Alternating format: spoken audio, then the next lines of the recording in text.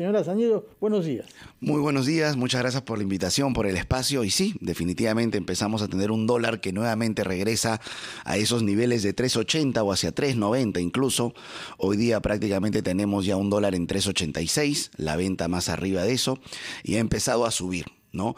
Sin embargo, como lo hemos dicho antes, ya desde la semana pasada teníamos un dólar que empezó a alejarse de los 3.70, ¿no? Ya tuvimos un jueves a 3.75, la semana pasada lo hemos cerrado en 3.77 casi, y esta semana sí, después de las declaraciones del fin de semana, Proyectos. de los proyectos, del anuncio, del ruido político, y en realidad creo yo de que nos vuelven a generar pues esa inestabilidad política, vuelven a generar en la población, en los agentes económicos, la incertidumbre. De acuerdo. La incertidumbre de qué puede suceder, ¿no? Ir a una pausa porque el horario da siempre certidumbres. Permítanos ir a una pausa, después de la cual nos explicará cómo diferenciar el origen externo y el origen interno de este alza y qué consecuencias en general tiene que el dólar suba para la actividad de los consumidores. Siempre en el dólar, en gran parte están afuera. De acuerdo, nos lo dirá con más tiempo después de la pausa el economista Omar Azañedo.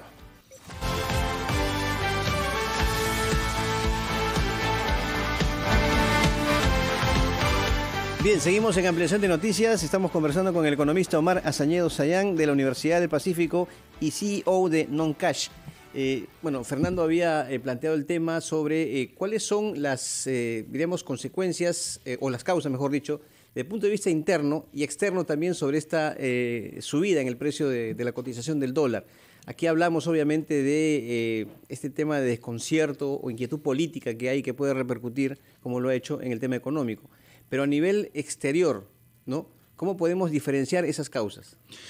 Muy buena pregunta. Definitivamente, y lo tengo que decir acá, la respuesta en gran parte a la subida del dólar o a la depreciación de nuestra moneda normalmente suelen estar afuera. Normalmente es una situación externa, es factores externos, más que los internos.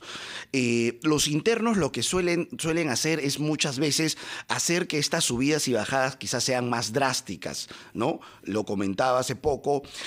Yo creo que la noticia este año es la volatilidad del tipo de cambio. Estamos teniendo un tipo de cambio que empezó el año y se fue rápidamente hacia los 3.80, ahí nomás se fue hacia los 3.70, parecía que el nuevo referente era 3.80, 3.7, hemos tenido meses o semanas en los que se ha ido a 3.6 y nuevamente hoy en día estamos teniendo un dólar arriba de los 3.80.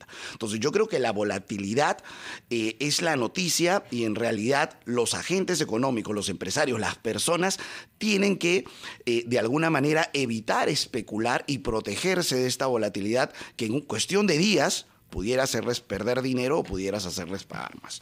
Con respecto a los factores externos, si miramos lo que está sucediendo en la región y uno dice, caramba, el ruido político, la inestabilidad política, que es cierto que la tenemos, pero sin embargo, las monedas de la región también se están depreciando, ¿no? El real brasileño, el peso chileno, el peso colombiano, ¿no? Las diferencias quizás son los momentos o la volatilidad, o como le digo, que los cambios sean más o menos drásticos en cada uno de los países. No se olviden que este año estamos en un escenario en que todavía la crisis económica global se siente. De hecho, se han pronunciado muchas instituciones insinuando o ya proyectando que esta crisis se puede agravar. Tenemos una inflación, ¿no? Una inflación global que desde el año pasado es un fenómeno global, se viene dando en el país. Me parece que este año, este último mes, el reporte de inflación va a ser casi el 8% en abril, me parece, acá en el país. Entonces, tenemos una subida de precios, que eso es la inflación, una subida de precios generalizada.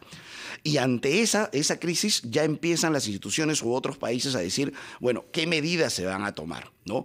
Y por eso que es importante que el gobierno empiece a priorizar, ¿no?, el crecimiento y la recuperación económica y a dar medidas que tengan un mayor impacto en generación del bienestar, de la riqueza. Pero ¿cuáles, por ejemplo, cuáles medidas cree usted que no merecen el foco del gobierno, que está concentrado más bien en el pensamiento mágico de cambia la Constitución y todo va a mejorar? Exacto, y lo decía el anterior entrevistado, ¿no? Muchas veces estas propuestas responden, yo creo, más a alentar, ¿no? A avivar, pues, este descontento social que lamentablemente en el país lo tenemos desde hace muchos años.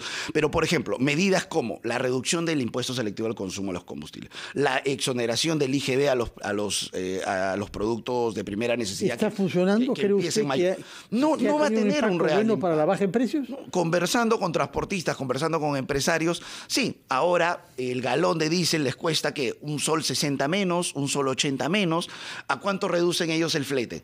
300 soles menos, ¿no? 300 soles menos, 400 soles menos, la llenada de tanque, como se dice, ¿no? Pero eso dividido entre, no sé, 20.000 toneladas de alimento, 30.000 toneladas de alimento, estamos hablando de una reducción, pues, de los alimentos ni siquiera de 0.10 céntimos por kilo, ¿no?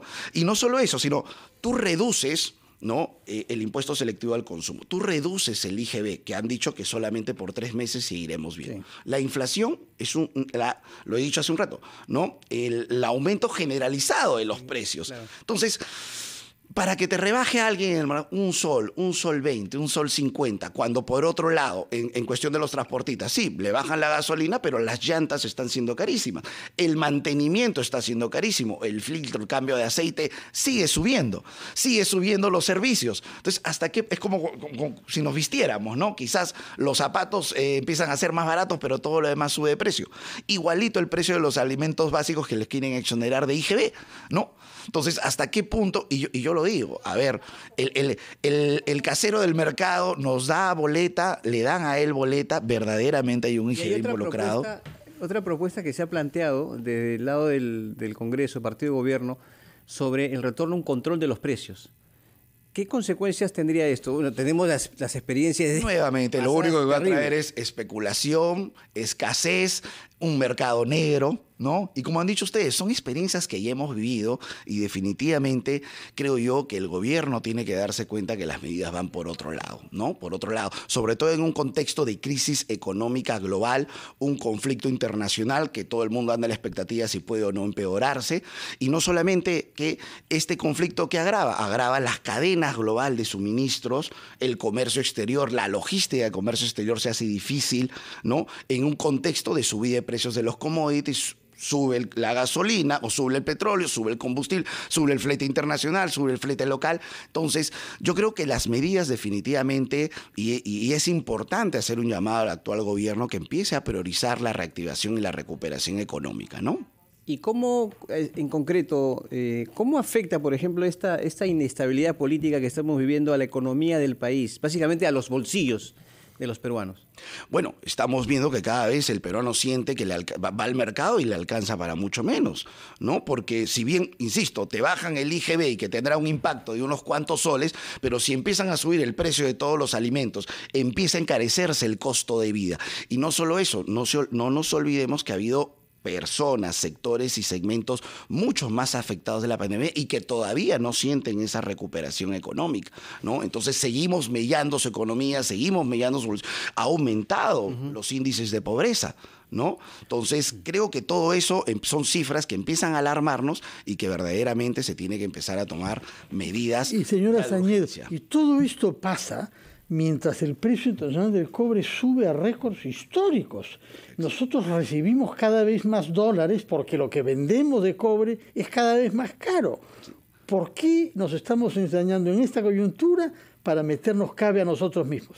Es que, a ver, el Perú es un país minero y en un contexto de subida de los commodities internacionales eso nos favorece, no solamente en el cobre, nos favorece en otros minerales. El Perú, si no me equivoco, es el 6º productor de oro a nivel mundial. De cobre somos los terceros, los segundos de plata o segundos de cobre, y creo que estamos entre el 3 al quinto de hierro, molibdeno y otros minerales.